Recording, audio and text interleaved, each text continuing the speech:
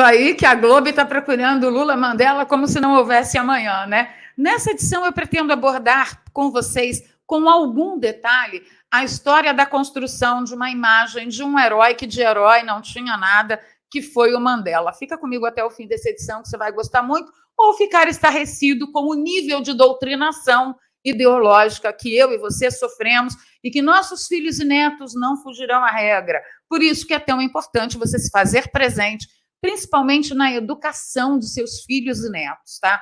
Aqui nessa edição, a gente vai comentar a respeito, né, do Camarote, que ficou perguntando cadê Lula Mandela, cadê Lula Mandela? Ele acha que o Lula Mandela sumiu. Eu, na minha humilde opinião, digo a vocês que o Lula Mandela está mais presente do que nunca nos nossos dias. Antes de passar para essa pauta, a gente quer abordar também o problema do cacique de Sererê, que foi denunciado hoje pela PGR. E quando você souber o motivo pelo qual ele foi denunciado, você vai cair para trás, eu garanto para você. E em falando de judiciário meio capenga, a gente tem que dar uma olhada nas invencionices do juridiquês e do judiciário que tomam novos contornos no nosso Brasil, né? Teve até réu confesso da Lava Jato tendo suas acusações anuladas pelo novo juiz da Lava Jato, aquele do LU 2022, você lembra? Então, ele deu sua primeira sentença hoje. Adivinha qual foi? Foi garantismo para a justiça? Eu tenho a impressão que não.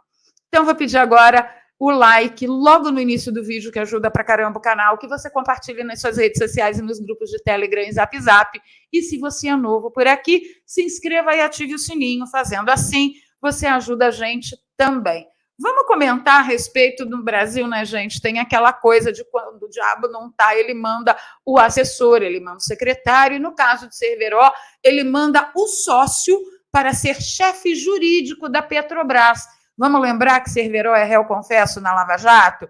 E aí ele manda o ex-sócio dele para tomar conta do caixa forte daquele que foi o órgão mais importante no Petrolão, a Petrobras. Esse é o Brasil que continua indo para frente, né? Dizem por aí. Vamos dar uma olhada na primeira decisão do juiz Lu 2022, que é o novo juiz da Lava Jato, né? Acusado de pagar propina a ex-diretores da Petrobras.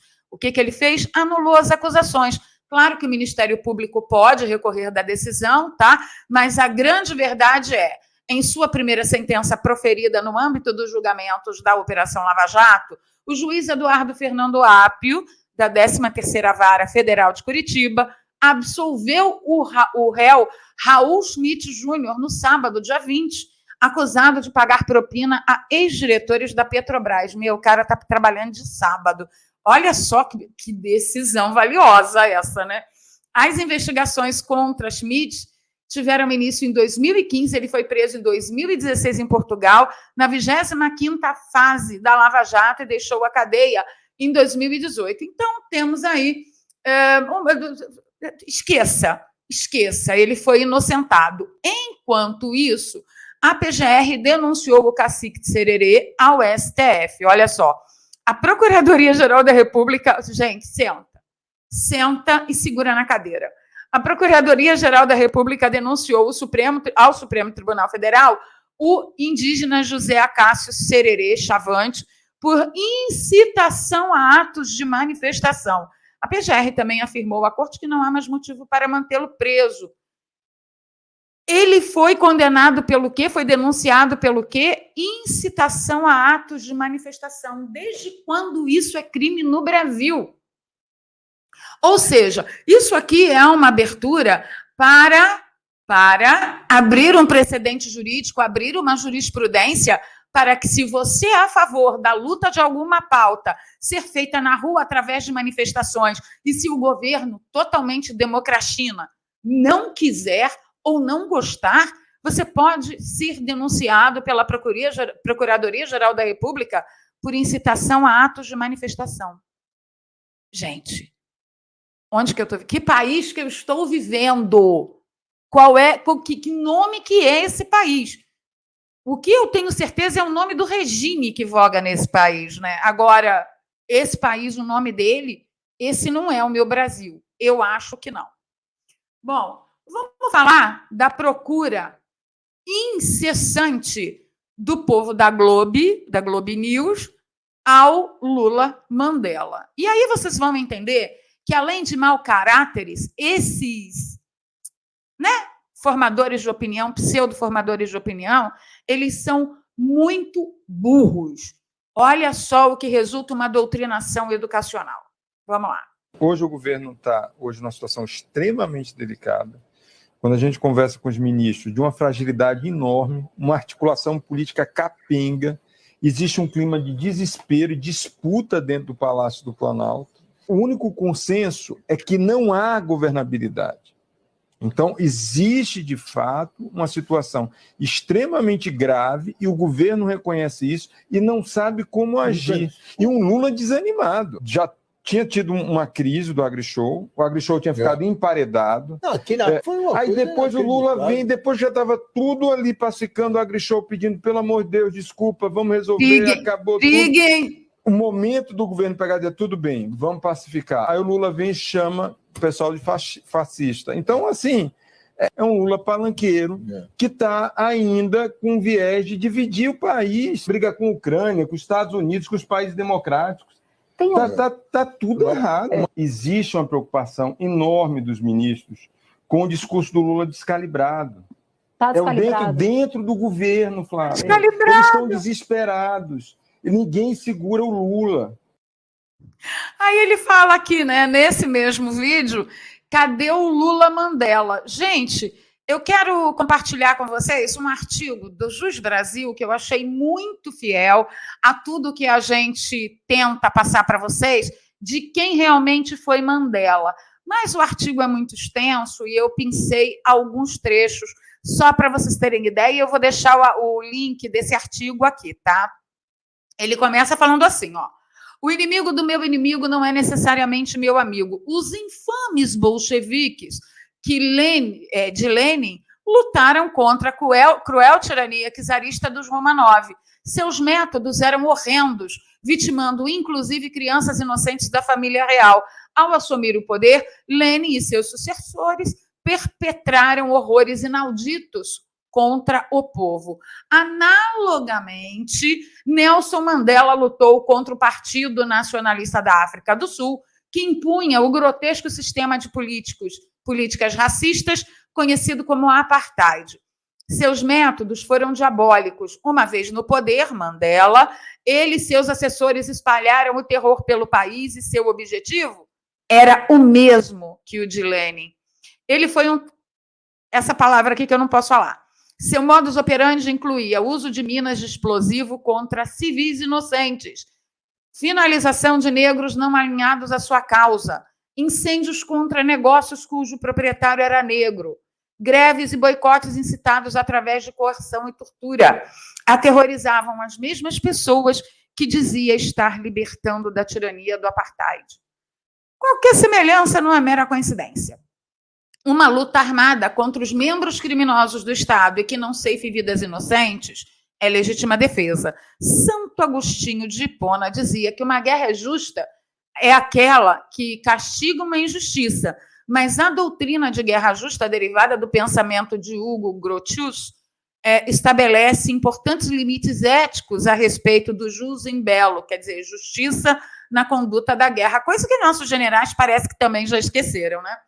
O princípio da distinção veda o emprego da violência contra civis, contra não combatentes.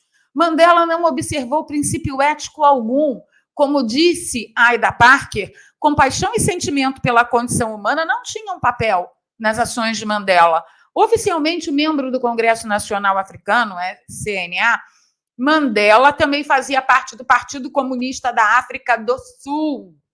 Partido Comunista. Embora tenha mentido sobre o fato, ele, inclusive, era um de seus líderes. O PCAs, cujas diretivas estratégicas vinham do Kremlin, anotem bem isso aí, as diretivas vinham do Kremlin, que controlava o CNA, que era o Mandela, era lá seu líder, e mentiu a esse respeito a toda a população.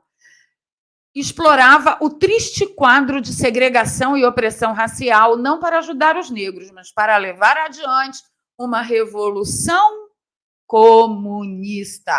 Até o fim da Guerra Fria, o continente africano foi palco de inúmeras guerras por procuração comandadas pela União Soviética, nos países onde o socialismo marxista triunfou, tais como Angola, Congo, Etiópia, Moçambique, Zimbábue e Zâmbia. O resultado foi morticínio, miséria extrema e tragédias humanitárias. Para usar um termo cientista do político Rommel, as guerras de libertação nacional promovidas pela União Soviética nos países desenvolvidos foram um democídio em massa. Este tenebroso quadro tem sido concretizado na África do Sul desde que Mandela assumiu o poder e vem piorando sob o governo de seus sucessores do CNA. Mandela transformou a África do Sul em uma ditadura sem oposição, comandada pela cleptocracia das alianças CNA e PCAs, que está levando o país à extrema pobreza, ao caos social e até mesmo ao... essa palavra que eu não posso falar. Ironicamente, a ideologia defendida por Mandela é a grande responsável por aquilo que o mundo acredita que ele combateu. O apartheid é o filho do casamento profano entre a mentalidade anticapitalista e os interesses dos grandes players políticos e corporativos. E não menos importante, eu quero lembrar aqui uma aula que o professor Olavo de Carvalho deu, e tem até recorte disso na internet, ele falando que a condição para tirar Mandela da cadeia foi a negociação dos diamantes da África do Sul, que ele prometeu facilitar, que foi, né, um descalabro depois que ele saiu da prisão em relação a esse assunto, em que ele não abordou mais na sua pseudo-luta contra o apartheid. Então, mantenham em perspectiva. O inimigo do meu inimigo nem sempre é meu amigo. Eu só queria que esse artigo ajudasse vocês a entender o seguinte: tudo que Lula jura combater é o que ele, com a mão por debaixo da mesa, está promovendo: desagregação, luta, briga, guerra, divisão, promovendo a extrema pobreza com as suas políticas econômicas totalmente desconectadas da realidade brasileira, taxação de imposto até no pensamento, e aprovando não só uma prisão em massa, como um julgamento em massa de pessoas humildes que estavam crendo que tinham liberdade e que tinham também uma força armada ao seu lado. Acreditar que esse não foi exatamente o papel do Mandela é, primeiro, achar que Mandela foi alguma coisa que prestasse, e, segundo, achar que Lula não está fazendo isso, que prometeu outra coisa na campanha, é a prova de burrice e ignorância absoluta. Vou ficando por aqui, vou pedir o seu like, seu compartilhamento. Se você gosta do meu trabalho, você pode fazer parte dessa caminhada, nos apoie, pense nessa possibilidade. Aqui tem um Pix, qualquer valor é muito bem-vindo, porque aqui a gente não tem dinheiro do Kremlin, né? Nunca temos dinheiro de negociação de diamantes. E você pode também nos apoiar por 2 contas bancárias que tem aqui na descrição. E se você está fora do Brasil, tem uma conta no PayPal. A gente se fala às 21h30. Por favor, compartilhem esse vídeo e me ajudem a levar essa voz e essas verdades além. Eu vou deixar o link desse artigo que eu li do Brasil aqui no primeiro comentário fixado. Beijo no coração. Estaremos juntos nos comentários já já.